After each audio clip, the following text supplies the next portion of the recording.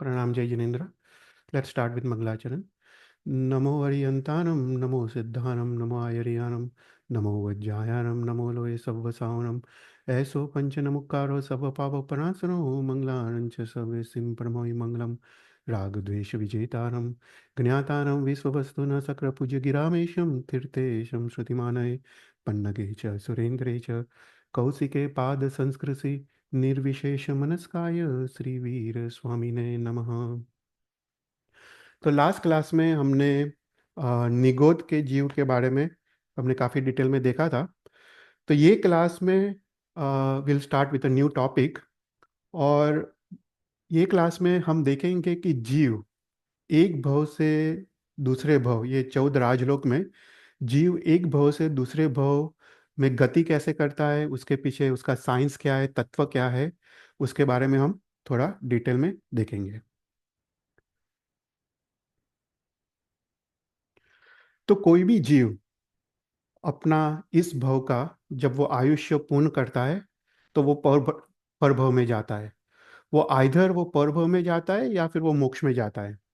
जब जीव ये भव का आयुष्य पूर्ण करता है तो ये भव का जो उसका शरीर है, आइधर वो औदारिक शरीर है या वैक्रिय शरीर है, वो शरीर का त्याग करके वो दूसरे भव में जाता है। अगर वो परभव में जाता है तो वो औदारिक या वैक्रिय शरीर के पुद्गलों को ग्रहण करके अपनी शरीर की रचना करता है, या फिर वो मोक्ष में जाता है तो वो अशरीरी होता है। तब जीव एक भव से दूसरे भव जाता है तो उसका उसके बीच जो गति है उसको अंतराल गति कहते हैं। शास्त्र में उसका शब्द है अंतराल गति। तो एक भव से दूसरे भव जाने की गति को अंतराल गति कहते हैं। ये अंतराल गति दो टाइप की हो सकती है, एक है रजु गति और दूसरा है वक्र गति। तो रुजु गति मतलब सरल गति, स्ट्रेट गति, तो उसको रुजु गति कहते हैं। जब उत्पत्ति स्थान मरण स्थान से सम श्रेणी में है, मतलब वो स्ट्रेट लाइन में है, तो जीव रजु गति करता है। मतलब वो अ, अपने मरण स्थान से उत्पत्ति स्थान में वो स्ट्रेट जाके वहाँ पे वो उत्पन्न होता है। तो जो सरल गति है, स्ट्रेट गति है, उसको रुजु गति कहते हैं, और शास्त्र में रुजु गति का नाम है अविक्रह गति। तो दो प्रकार की गति है, विक्रह गति और अविग्रह गति। तो जो रुजु गति है वो मात्र एक समय की होती है। मतलब जीव जब म, अपने स्थान से मरण पाता है और वो दूसरे स्थान पे उत्पन्न होता है, मात्र एक समय काल में वो गति करता है। जो सिद्ध गति के जीव है वो मात्र रुजु गति करते हैं। तो जो सिद्ध गति के जो जीव है, जिस आकाश प्रदेश पे उनका मृत्यु हुआ है, उनका मरण हुआ है, उनका देह का त्याग हुआ है, वही आकाश प्रदेश की सम श्रेणी मतलब स्ट्रेट लाइन में वो ऊपर सिद्ध शिला में जाके वो बसते हैं। उनका एक भी आकाश प्रदेश उनका टर्न नहीं होता है, या एक भी आकाश प्रदेश को वो दूसरी डायरेक्शन में नहीं जाते। पर जो आकाश प्रदेश में उनका मरण हुआ है, जहाँ पे देह त्याग त्याग हुआ है, वहाँ से वो एक ही समय में वो मोक्ष तक वो पहुँच जाते हैं। तो वो 7 राज का जो क्षेत्र है वो मात्र एक समय में वो पूर्ण कर लेते हैं और पास कर लेते हैं और मोक्ष में जाके स्थिर हो जाते हैं। तो ये जो सिद्ध के जीव है, जैसे शास्त्र में उदाहरण आता है कि जो धनुष्य निकलते हुए बाण की तरह मात्र एक समय में वो सिद्ध गति तक पहुंच जाता है। तो उसका अर्थ यह है कि आत्मा का जो स्वभाव है वो ऊर्ध्व गति का उसका स्वभाव है। पर जब उत्पत्ति स्थान मरण स्थान से सम श्रेणी में नहीं है, मतलब स्ट्रेट लाइन में नहीं है, तब वो वक्र गति करता है। तो हमको सबसे पहले इस 14 राजलोक को देर आर 6 डायरेक्शंस। तो उत्तर दक्षिण पूर्व पश्चिम और ऊर्ध्व और अधो, तो ऐसा करके 6 डायरेक्शंस में है। तो अगर ये छः डायरेक्शंस में अगर उत्पत्ति स्थान मरण स्थान से वो सम श्रेणी में है तो रुजु गति करता है। पर अगर वो सम श्रेणी में नहीं है, मतलब सेम लाइन में नहीं है, तो वो वक्र गति करता है। तो वक्र गति वो एक वक्र हो सकता है, दो वक्र हो सकता है, तीन वक्र हो सकता है, और चार वक्र भी हो सकता है। वक्र मतलब टर्न्स, मतलब जीव को कहीं ना कहीं उसको टर्न लेना पड़ता है, तब वो उत्पत्ति स्थान तक वो पहुंच पाता है। तो जीव जब अपना इस शरीर को ये भव में छोड़ता है और वो दूसरे भव में जब उत्पन्न होता है, राइट, तब वो जिस समय में अपना शरीर ये भव में छोड़ता है, उसका त्याग करता है, उस समय वो आहार को ग्रहण करके निकलता है। ओके। तो उस समय जब वो मरता है, उस समय वो आहार को ग्रहण करके निकलता है, और जिस समय वो दूसरे भव में उत्पन्न होता है, उस समय में भी वो आहार को ग्रहण करता है। तो उसका अर्थ ये है कि जीव जब रुजु गति करता है, वो मात्र एक समय की होती है, तो उसमें वो आहारी होता है, मतलब वो आहार ग्रहण करके वो भव से निकलता है, और एक ही समय में तो वो दूसरे भव में उत्पन्न हो जाता है। तो उस समय वो जीव आहारी होता है। पर जीव जब एक वक्र गति करता है, मतलब वो एक टर्न लेता है, तो उसको 2 समय लगते हैं। तो उसमें 2 समय में भी वो वो आहारी होता है, क्योंकि वो पहले समय जब वो अपना देह को त्याग करता है, तब वो आहार ग्रहण करता है, और दूसरे समय जब वो उत्पन्न होता है, तब भी जैसे ही उत्पन्न होता है दूसरे समय में, तब वो आहार ग्रहण करता है। तो दोनों समय में वो आहार ग्रहण करता है, इसलिए वो एक वक्र गति में जीव आहारी होता है। पर जब जीव अंतराल गति में 2 वक्र गति करता है, मतलब 2 बार टर्न्स लेता है, तब उसको 3 समय लगते हैं। और 3 समय में, जब पहले समय में जीव जब निकलता है, वो आहार ग्रहण करके निकलता है। दूसरा जो एक समय है बीच में अंतराल गति में, उस समय वो अनहारी होता है, तब वो आहार ग्रहण नहीं करता है, तो उसको अनहारी कहते हैं। और थर्ड समय में वापस वो उत्पन्न होता है, तब वो आहार ग्रहण करता है। तो 2 वक्र गति में उसको 3 समय लगता है, और वो एक समय अनहारी होता है। और 3 वक्र गति में, मतलब जब वो 3 बार टर्न्स लेता है, उसको 4 समय लगते हैं।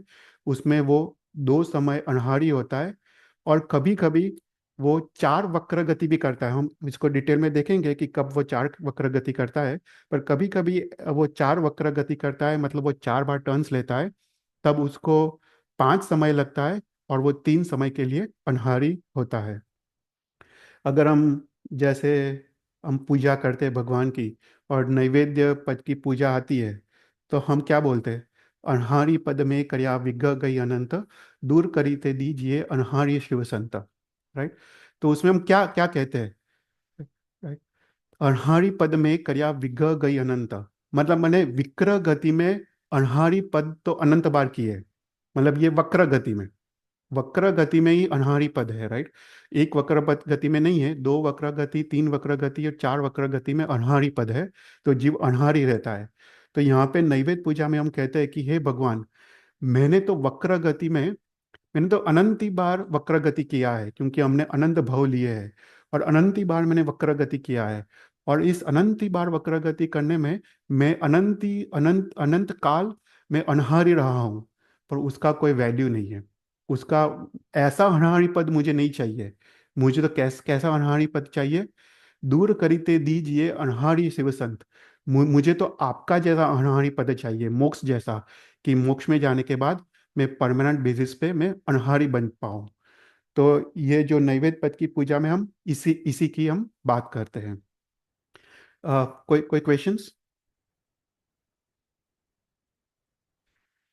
तो जब जीव एक भव से दूसरे भव जाता है, जब वो गति करता है, उसको अंतराल गति कहते हैं। तो वो गति कैसे करता है? तो तत्वार्थ सूत्र में उसका उल्लेख है, बोलते अनुश्रेणी गति। राइट। श्रेणी मतलब लाइन, अनु मतलब उसके अनुसार। ओके। तो लाइन के अनुसार वो गति करता है। अभी इसको समझने के लिए कि इस 14 राजलोक में 6 दिशा है, उत्तर दक्षिण पूर्व पश्चिम। राइट, 6 दिशा है।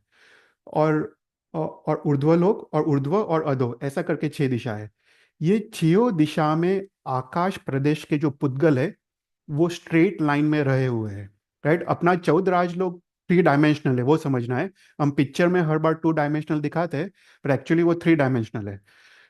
तो ये जो 6 डायरेक्शन है, 6 डायरेक्शंस में आकाश प्रदेश की श्रेणी रही हुई है, मतलब आकाश प्रदेश स्ट्रेट लाइन में रहे हुए हैं, ये 6 डायरेक्शंस में। तो जैसे कोई ट्रेन पटरी पे चलती है, राइट, पटरी के बाहर वो चलती नहीं है, उसी प्रकार जब जीव गति करता है एक भव से दूसरे भव, वो इस आकाश श्रेणी को पकड़ के वो गति करता है। तो आकाश प्रदेश के बाहर वो गति नहीं करता है। तो ये अभी आकाश प्रदेश अभी स्ट्रेट लाइन में रहे हुए है, तो इसलिए वो स्ट्रेट लाइन में ही गति करता है, वो कभी डायगोनल गति नहीं करता है। राइट, इसको हम समझते हैं कि कभी वो एक भव से दूसरे भव जब जाता है तब तब वो रैंडम या डायगोनल गति नहीं करता है, पर स्ट्रेट लाइन में आकाश श्रेणी के प्रदेशों को, आकाश प्रदेशों को पकड़ के श्रेणीबद्ध वो वो ट्रैवल करता है। राइट, तो उसको कहते हैं अनुश्रेणी गति। तो इसको हम समझते हैं कि जब अ, उत्पत्ति स्थान मनन स्थान से स्ट्रेट लाइन में है तो रज्जु गति करता है और एक समय में भी वो पहुंच जाता है। राइट, पर अगर, राइट, यहाँ पे मैंने थोड़ा डायग्राम्स बनाए हैं समझने के लिए कि अगर जीव एक ही लाइन में नहीं है, अगर उत्पत्ति स्थान मनन स्थान से एक ही लाइन में नहीं है पर सेम प्लेन में है, ये सेम प्लेन है, three dimensional plane, same plane में है पर सम श्रेणी में नहीं है, तो उसको एक वक्र गति करना पड़ता है।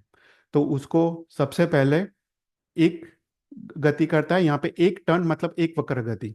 तो अगर उत्पत्ति स्थान मरण स्थान से सम श्रेणी में नहीं है पर सेम प्लेन में है, तो उसको एक बार टर्न लेना पड़ता है, तो एक वक्र गति करता है। अगर उत्पत्ति स्थान मरण स्थान से सेम प्लेन में भी नहीं है, तो उसको दो बार टर्न्स लेना पड़ता है। तो उसको फर्स्ट यहाँ पे आता है, फिर एक टर्न लेता है, फिर दूसरा टर्न लेता है। तो कभी भी जीव उत्पत्ति स्थान से मरण स्थान में वो डायगोनल ट्रैवल नहीं करता है, तो यहाँ से ऐसे डायगोनल ट्रैवल नहीं करेगा, पर आकाश श्रेणी की ट्रैक्स, अगर रेलवे के ट्रैक्स की तरह आकाश श्रेणी की आकाश प्रदेशों को पकड़ के वो सम श्रेणी में वो ट्रैवल करता है। तो अर्थात उत्पत्ति स्थान मरण स्थान से वो सम श्रेणी में नहीं है पर सेम प्लेन में है, तो एक बार वो टर्न लेता है, और अगर वो सेम प्लेन में भी नहीं है तो दो बार उसको टर्न लेना पड़ता है। तो ये एक वक्र गति है और ये दो वक्र गति है। कोई क्वेश्चंस?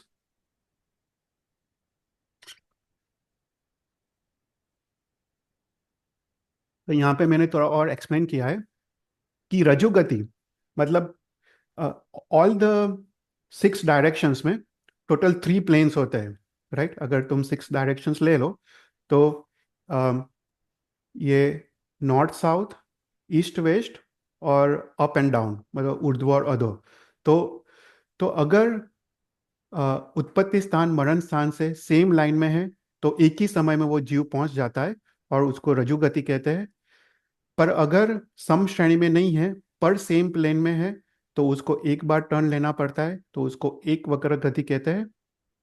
और अगर वो सेम प्लेन में भी नहीं है तो उसको दो बार टर्न लेना पड़ता है, तो उसको दो वक्र गति कहते हैं, और उसमें तीन समय लगते हैं।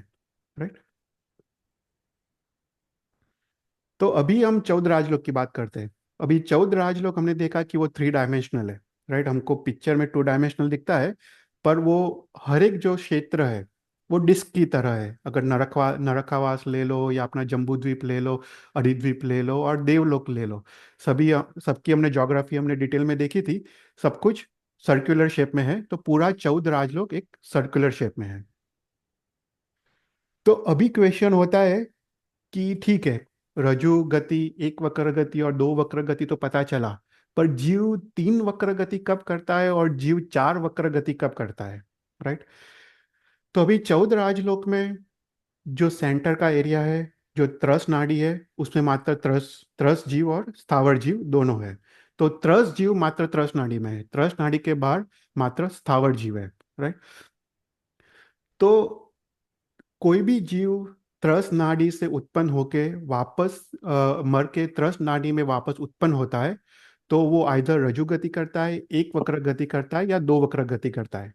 ओके, जो कोई भी जीव त्रस नाड़ी में मरण होता है और त्रस नाड़ी में उत्पन्न होता है वापस, वो स्थावर भी हो सकता है या त्रस भी हो सकता है, पर वो रज्जु गति करता है, एक वक्र गति करता है और दो वक्र गति करता है। मतलब दो वक्र गति में तो वो पहुंच ही जाता है। राइट, क्योंकि वो, अगर वो सेम प्लेन में भी नहीं है, अगर वो कोई कॉर्नर्स में है, फिर भी दो वक्र गति में तो वो पहुंच ही जाता है। पर जब जीव त्रस नाड़ी के बाहर है तो क्या होता है कि उसको एक समय एडिशनल लगता है त्रस नाड़ी को अंदर आते हुए। ओके, तो अगर स्थावर जीव त्रस नाड़ी के बाहर है और वो त्रस नाड़ी में उत्पन्न होने वाला है, तो वो 3 वक्र गति भी कर सकता है, क्योंकि उसको एक एडिशनल समय वो त्रस्त नाड़ी के अंदर ट्रैवल में उसको लगता है। तो तब वो 3 वक्र गति भी कर सकता है, वो रज्जु गति भी कर सकता है, 1 वक्र गति कर सकता है, 2 वक्र और 3 वक्र गति भी कर सकता है। तो सिमिलरली त्रस्त नाड़ी से उत्पन्न होने वाला जीव, मरण होने वाला जीव अगर त्रस्त नाड़ी के बाहर उत्पन्न होता हो, तो वो 3 वक्र गति करता है। पर ऐसा सिचुएशन भी आता है कि जीव त्रस्त नाड़ी के बाहर है और वहां से वो मरण होता है, और वो त्रस्त नाड़ी के दूसरे और उत्पन्न होना है। ये बहुत रेयर रेयर कंडीशन है, इसलिए शास्त्र में जनरली 3 वक्र तक ही उल्लेख आता है। पर यहाँ पे मेंशन किया है कि कभी कभी 4 वक्र गति भी जीव रेयरली करता है। तो जीव, कोई स्थावर जीव त्रस्त नाड़ी के बाहर है, उसको त्रस्त नाड़ी के दूसरे ऑपोजिट साइड त्रस्त नाड़ी के बाहर उत्पन्न होना है।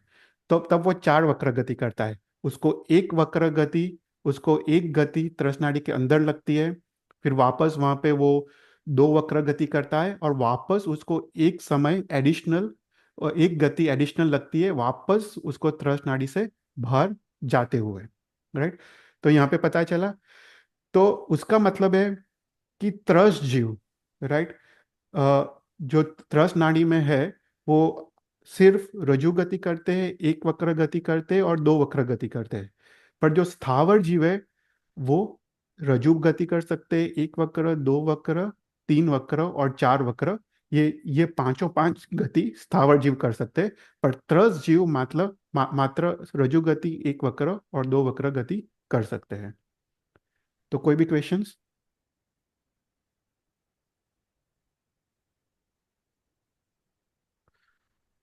ओके।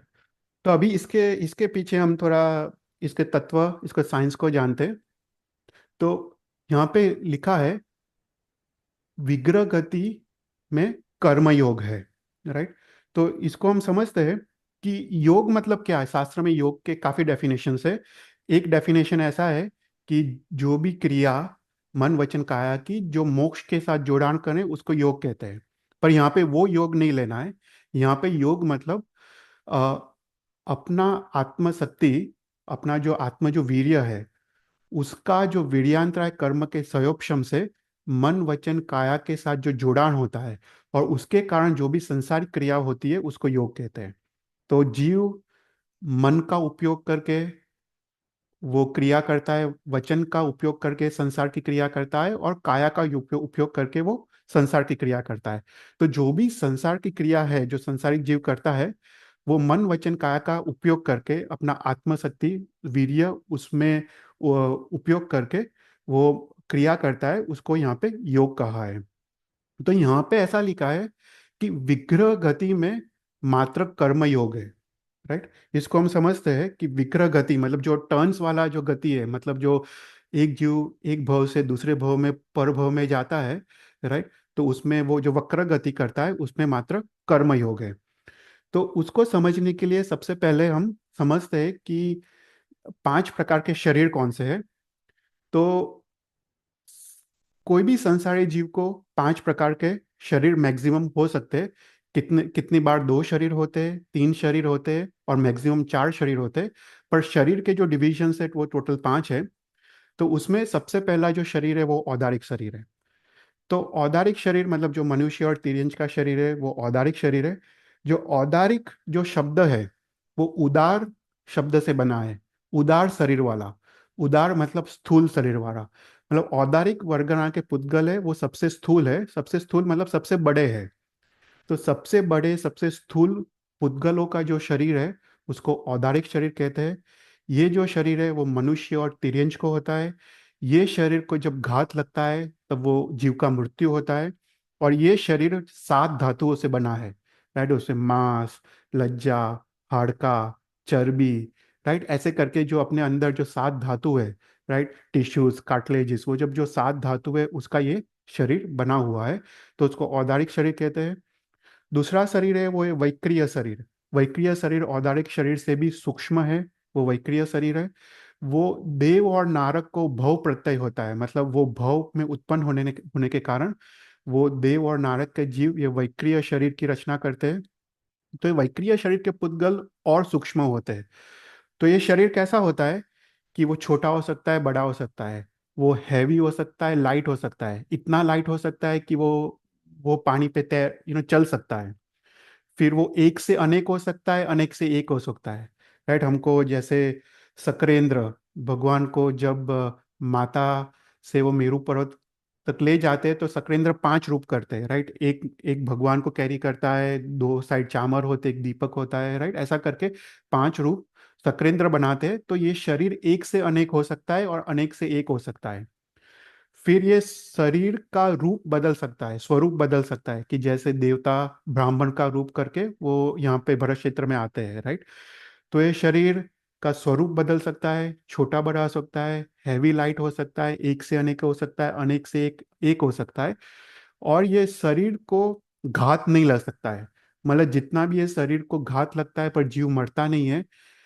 देवलोक में ये अगर शरीर को घात लगता है तो वापस वो शरीर वो जुड़ जाता है और वापस वो अपने ओरिजिनल फॉर्म में आ जाता है। अगर नारकी में ये शरीर को घात लगता है तो वापस वो जुड़ जाता है, पर वो कोई भी जगह पे जुड़ जाता है नारकी में। तो पर ये जब तक आयुष्य कर्म उसका है जीव का, तब तक ये शरीर वो उसको घात नहीं लगता, वो वैक्रिय शरीर है। फिर उसके बाद थर्ड प्रकार का शरीर है वो आहारक शरीर। तो आहारक शरीर वो सिर्फ, और सॉरी, ये वैक्रिय शरीर में हमने देखा कि वो भव प्रत्यय होता है, वो देवता और नारकी को। पर वैक्रिय शरीर लब्धि प्रत्यय भी हो सकता है। तो मनुष्य और तिर्यंच को भी वैक्रिय शरीर लब्धि से प्राप्त हो सकता है। जैसे हमने स्थूलिभद्र के बारे में देखा, स्थूलिभद्र ने वो सिंह का या वाघ का रूप उन्होंने धारण किया था। तो वो वैक्रिय लब्धि से, वो मनुष्य और तिर्यंच को भी ये वैक्रिय लब्धि हो सकती है। तो वो लब्धि प्रत्यय भी ये शरीर हो सकता है। फिर उसके बाद आहारक शरीर। तो आहारक शरीर मात्र चौथ पूर्वधर महात्मा को होता है। तो ये जो चौथ पूर्वधर महात्मा है, कभी उनको कोई शास्त्र का कोई संशय हो तब ये आहारक शरीर की रचना करता है। वो मात्र एक हाथ का होता है और दिव्य होता है, और मात्र अंतर मुहूर्त तक ये आहारक शरीर रहता है। वो ये आहारक शरीर को लेके वो महाविद्य क्षेत्र में जहाँ पे तीर्थंकर विहरमान है वहाँ पे वो जाते हैं, और वो क्वेश्चन का, वो संशय का वो समाधान करते हैं। या फिर भगवान की रुद्धि देखने के लिए, भगवान के समोसरण देखने के लिए वो आहार शरीर की रचना करके ये भेजते हैं। तो चौथ पूर्वधर महात्मा को ये हारक शरीर होता है, पर सभी चौथ पूर्व महात्मा को ये हारक शरीर नहीं होता है। जो चौथ पूर्वधर महात्मा जिसके पास आहारक लब्धि है उनको ये आहारक शरीर हो सकता है। तो ये थर्ड प्रकार का शरीर है। फिर फोर्थ प्रकार का शरीर है वो है तेजस शरीर। तेजस शरीर मतलब अपने बॉडी में जो हीट है, जो हीट एनर्जी है, उसको तेजस शरीर कहते हैं। ये तेजस शरीर सभी जीवों, सभी संसारी जीवों के पास होता है। तो अपना जैसे हम खाना खाते हैं तो उसको पचाने के लिए जो जो जठार अग्नि है, जो जो अग्नि, तो उसको वो ये तेजस शरीर है।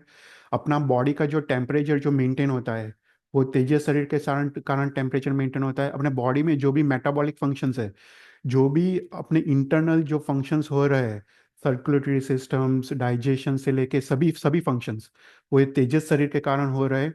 तो इसलिए जब जीव मरता है, राइट, तो उसका मृतदेह ठंडा हो जाता है। क्योंकि आत्मा जब एक भव से दूसरे भव जाता है तब ये तेजस शरीर लेके जाता है, तो इसलिए वो शरीर ठंडा हो जाता है।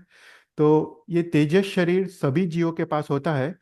पर ये तेजस शरीर जब निर्बल होता है तो हमको बॉडी में प्रॉब्लम्स आते हैं, डाइजेशन में प्रॉब्लम आता है। तो उसका अर्थ है ये तेजस शरीर निर्बल है, अपना जो सिस्टम है वो ठीक से चल नहीं रहा है। ये तेजस शरीर लब्धि लब्धि प्रत्यय भी हो सकता है। जैसे गौशाला ने भगवान महावीर पे तेजोलेशा छोड़ा, तो बेसिकली ये तेजस शरीर है। राइट, तो वो तेजस शरीर वो दूसरे को मारने के लिए, अपकार के लिए, किसी को हानि करने के लिए भी वो काम आता है। तो कोई लब्धि से भी ये तेजस शरीर को प्राप्त करते हैं। और इवन शीत शरीर भी है। राइट, शीत लब्धि भी होती है कि वो रोग, वो उपकार के लिए काम आती है। राइट, तो भगवान को गौशाला ने तेजोलब्धि छोड़ा, तो दूसरे महात्मा ने उसको उसके इफेक्ट से भगवान को बचाने के लिए शीतलब्धि का उपयोग किया। तो शीतलब्धि तेजोलब्धि को न्यूट्रलाइज करती है। या फिर किसी को रोग हुआ हो, ज्वर हुआ हो, ताव आदि आया हो, तब भी ये कोई महात्मा जिसके पास शीतलब्धि हो उसका उपयोग करके वो अ, उपकार का काम कर सकते हैं। तो ये जो बॉडी में है, जो एनर्जी है, वो ये तेजस शरीर है, सभी संसारी जीवों के पास होता है। और लास्ट है कार्मण शरीर। अपने आत्मा के साथ जो कर्म का जो एक नेक होना, राइट, क्षीण नीण होना, कर्म और आत्मा का संबंध, उसको कार्मण शरीर कहते हैं। जीव हर एक समय, संसारी जीव हर एक समय 7 कर्म का बंध करता है। 8 में से 7 प्रकार का कर्म का बंध वो हर एक समय करता है, मात्र आयुष्य कर्म का बंध वो एक ही बार करता है। पर बाकी जो 8 में से 7 कर्म है वो कंटिन्यूअस वो बंध करता है, उसको कार्मण शरीर कहते हैं।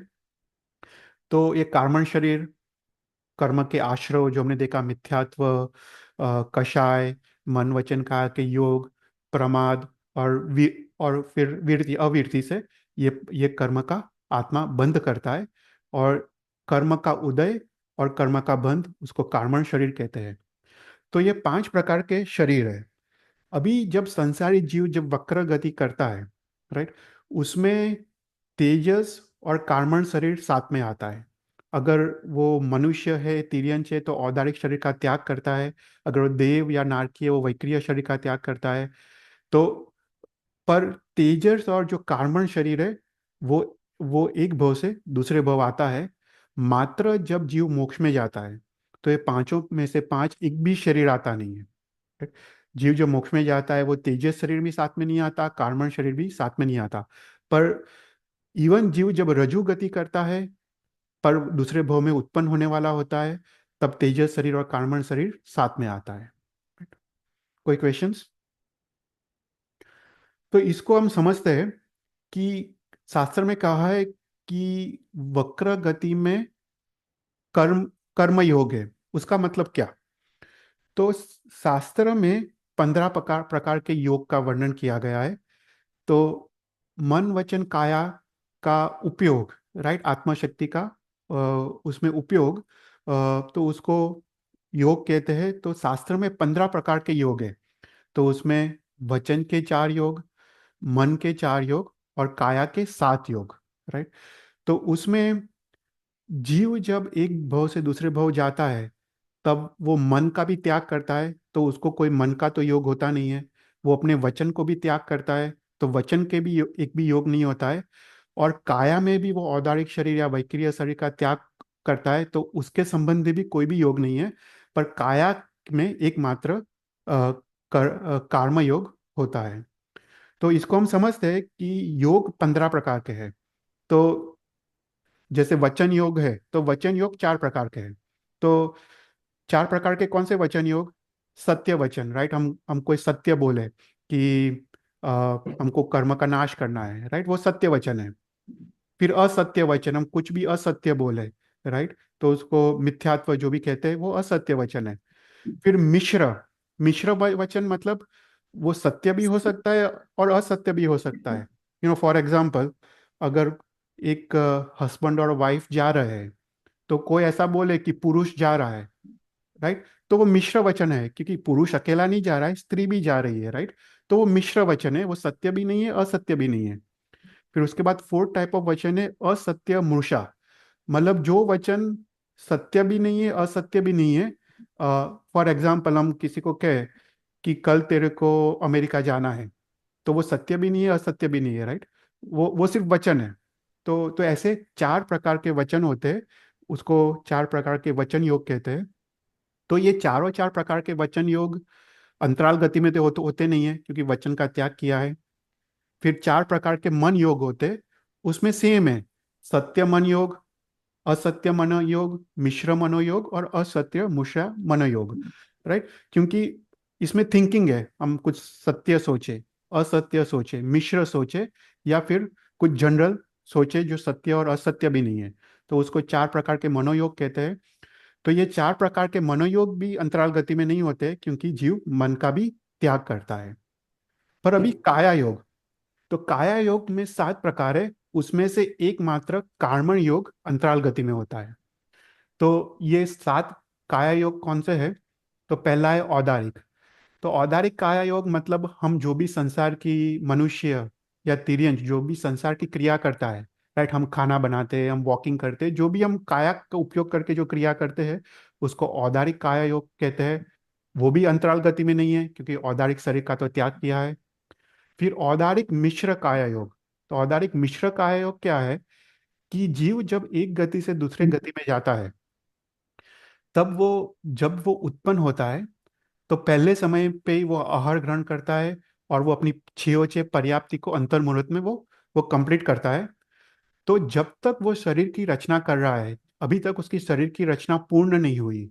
जब तक वो शरीर की रचना करता है, तो उसकी जो क्रिया है, उसकी जो काया की जो क्रिया है, वो मात्र औदारिक काया से नहीं होती है, क्योंकि अभी तो औदारिक शरीर की रचना हो रही है। तो वो अंतर मुहूर्त काल में उसको औदारिक मिश्र कहते हैं, क्योंकि औदारिक शरीर के साथ जो कर्म है, जो कार्मण शरीर है, उसका भी उदय पैरेलल चालू है। तो उससे क्रिया करता है, राइट। जिस प्रकार का नाम कर्म का उदय, तिर्यंच गति नाम कर्म, या फिर नरक गति नाम कर्म, या जो भी उसका शरीर की रचना में जो भी नाम कर्म है, संस्थान है, अ, वो सब है। तो वो सब का भी उदय यहाँ पे चालू है। तो अभी जो पहले अंतर मुहूर्त में जो क्रिया करता है, मात्र औदारिक शरीर में से नहीं करता है, पर औदारिक और कार्बन शरीर की मिश्र वो क्रिया होती है, तो उसको औदारिक मिश्र कहते हैं। उसी प्रकार वैक्रिया, जो देवता या नारद जो भी क्रिया करता है, उसको वैक्रिय क्रिया कहते हैं काया से। और वैक्रिय मिश्र, पहले अंतर मुहूर्त में जब वैक्रिय शरीर की रचना हुई नहीं है, हो रही है, तब वैक्रिय और कार्बन के मिश्र वाली जो जो क्रिया होती है, उसको वैक्रिय मिश्र काया योग कहते हैं। सिमिलरली आहारक और आहारक मिश्र, जब चौपूर्वधर महात्मा आहारक शरीर की रचना करते हैं, तब जितना उसको समय लगता है आहारक शरीर की रचना में, तब वो आहारक मिश्र होता है। और रचना के बाद जब वो आहारक शरीर को तीर्थंकर के बाद भेजते हैं, वो आहारक काय योग हुआ। तो ये छियो छह प्रकार का काय योग अंतराल गति में नहीं है, राइट, क्योंकि ये अंतराल गति में एक भी प्रकार का शरीर नहीं है। तो अंतराल गति में जो शरीर, जो काया योग है, उसको कार्मण काय योग कहते हैं। ये मात्र वक्र गति में है, रुजु गति में नहीं है, वक्र गति में मात्र कार्मण काय योग है। मतलब कार्मण काय योग मतलब क्या? कि आत्मा एक भव से दूसरे भव जाता है, तो वो कार्बन शरीर भी ले जाता है और तेजस शरीर भी ले जाता है। अभी यहाँ पे समझना है कि यहाँ पे साइंस क्या है, कि जो कार्बन शरीर है ना, वो बेसिकली जीव को डायरेक्शन देता है। ओके, कि जहाँ पे भी उसका नाम कर्म है, राइट, जो भी उसने बंद किया है, तिर्यंज गति का हो या मनुष्य, जो भी उसने बंद किया है, तो कार्बन शरीर is just giving the direction कि कहाँ उसको उत्पन्न होना है, वो डायरेक्शन वो कार्बन शरीर देता है। तेजस शरीर क्या करता है? उसको जब टर्न्स लेना हो, उसके लिए एनर्जी चाहिए, राइट। वो भी एक क्रिया है, संसारिक जीव की वो भी क्रिया है अंतराल गति में, राइट। तो उसको जो डायरेक्शंस में जो टर्न्स लेना है, वो एनर्जी कहाँ से आता है? वो तेजस शरीर से वो उसको एनर्जी मिलती है। तो कार्बन शरीर डायरेक्शन देता है, तेजस शरीर वो टर्न्स में एनर्जी देता है। तो एक भव से पर भव में जब उत्पन्न होता है, 2 शरीर लेके जाता है, तेजस शरीर, कार्बन शरीर। पर उसको समझना है कि अंतराल गति में भी कर्म का उदय और बंध चालू है। ओके, तो इसलिए उसको कार्बन काय योग है। वो जो बीच में एक समय अनहारी रहता है, पर वहां पे भी एक समय वो कर्म का बंध करता है। ओके, तो वो 7 प्रकार के कर्म का बंध वो एक समय में भी करता है। इसलिए शास्त्र में लिखा है कि कार्बन काय योग अंतराल गति में है, राइट।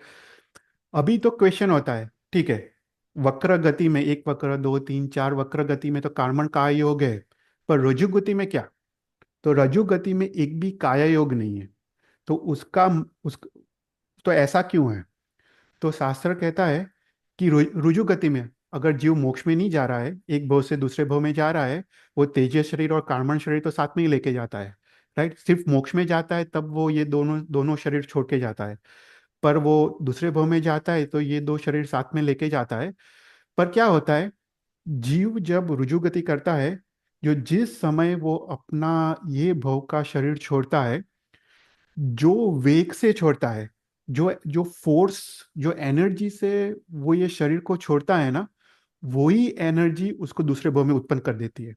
तो यहाँ पे उसको तेजस शरीर की भी आवश्यकता नहीं होती है, और वहां पे उसको कार्बन काय योग भी होता नहीं है। तो सिर्फ रुजु गति में जब जीव एक भव से दूसरे भव जाता है, उसको एक भी प्रकार का योग नहीं है। वो डायरेक्ट वो जो फोर्स से जो बॉडी को छोड़ा है, राइट, धनुष के बाण की तरह वो जो बॉडी को छोड़ा है, उसी फोर्स से वो दूसरे भव में वो एक ही समय में उत्पन्न हो जाता है। तो रुजु गति में एक भी काया योग नहीं है। वक्र गति में 15 में से मात्र एक कार्बन काया योग है। कोई भी क्वेश्चंस? चैतन भाई, फिर आप जब दूसरी जगह पे उत्पन्न होता है तो बिना कर्म के ही उत्पन्न हो जाता है? ના ના ના ના, એટલે એટલે તેજસ અને કાર્બન શરીર તો સાથે જ છે. ઓકે. अच्छा। हाँ, એટલે એ કર્મ તો બધા સાથે જ છે, કર્મ तो साथ में ही है, पर योग नहीं हाँ। है मतलब, योग नहीं है मतलब वो कर्म का उदय या बंध नहीं है उस समय, एक समय में। एक समय के लिए, एक समय ओके। जब रजु गति करता है, वो एक समय उसको उस कर्म का समय उदय या के, बंध नहीं है। हाँ हाँ। हाँ लेकिन कार्बन शरीर और तेजस हाँ शरीर साथ में तो है। हाँ, साथ में तो है, क्योंकि वो पर्व में जा रहा है, सिर्फ मोक्ष में जाता है तब ये दो नहीं होते। राइट। अच्छा। हाँ, मोक्ष में तेजस पर शरीर रुजु गति में उसका उपयोग नहीं करता। हाँ एग्जैक्टली, उसका उपयोग नहीं है ना, क्योंकि वो जो अच्छा। फोर्स से वो बॉडी छोड़ा है ना, वो फोर्स हाँ। ही उसको काम आ जाता है कि दूसरे भूमि उत्पन्न हो जाता है एक ही समय में। अच्छा। पर देखो वक्र गति में तो ऐसा है नहीं, क्योंकि वो फोर्स से तो बॉडी को छोड़ता है पहले समय, हाँ पर उसको हाँ। तो हाँ उसको टर्न लेना पड़ता है ना। हाँ। तो वहां पे उसको उसको वो योग होता है, क्योंकि वो कर्म उसको डायरेक्शन देता है, राइट, कि कैसे टर्न लेना है, कहाँ पे टर्न लेना है। तो वो अच्छा। कर्मा का उदय है वहां पे, कर्म उसको उसको डायरेक्शन देता है। तो कर्म का उदय है, कर्म का बंध भी है, और तेजस शरीर उसको वो एनर्जी देता है वो टर्न लेने के लिए। अच्छा। हाँ, પણ રજુ ગતિમાં જરૂર જ નથી, કારણ કે રજુ ગતિ में तो वो जो फोर्स से जो बॉडी को छोड़ा है, वही इनफ है।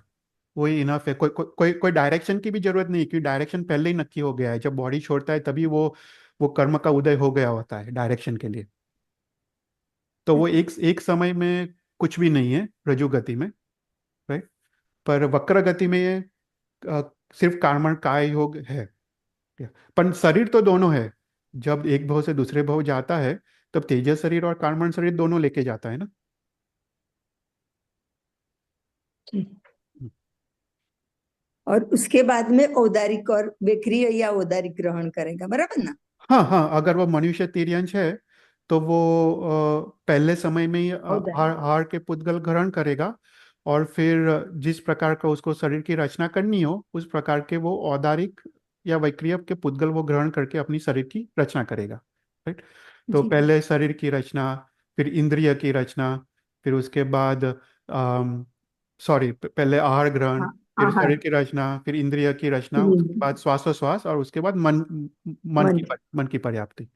तो वो जो जी। अंतर्मुहूर्त का जो काल है, जब वो शरीर की रचना हो रही है, वो सब मिश्र है, औदारिक मिश्र योग चल रहा है, और वैक्रिय है तो वैक्रिय मिश्र योग चल रहा है उस समय।